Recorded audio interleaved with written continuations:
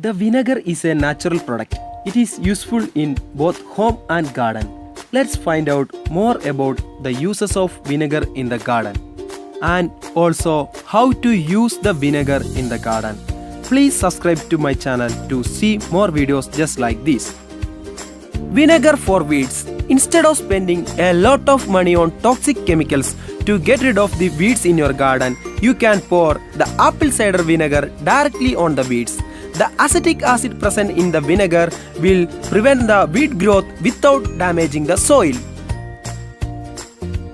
Get rid of ants. Ants don't like the smell of vinegar, so you can keep them away by mixing 1 part of water with 1 part of vinegar in a spray bottle and attacking the anthills with the solution.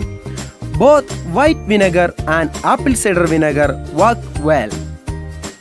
Freshen your flowers. You can freshen your flowers using the vinegar. Only have to add 2 tablespoons of vinegar and a tablespoon of sugar to a quart of water and add to your flowers. This will keep your flowers fresh for a long time. Feed your plants. You can feed your plants using vinegar because some plants only thrive on acidic soil. So you can give those plants some extra love by spraying with a mixture of 1 gallon of water with 1 cup of white vinegar.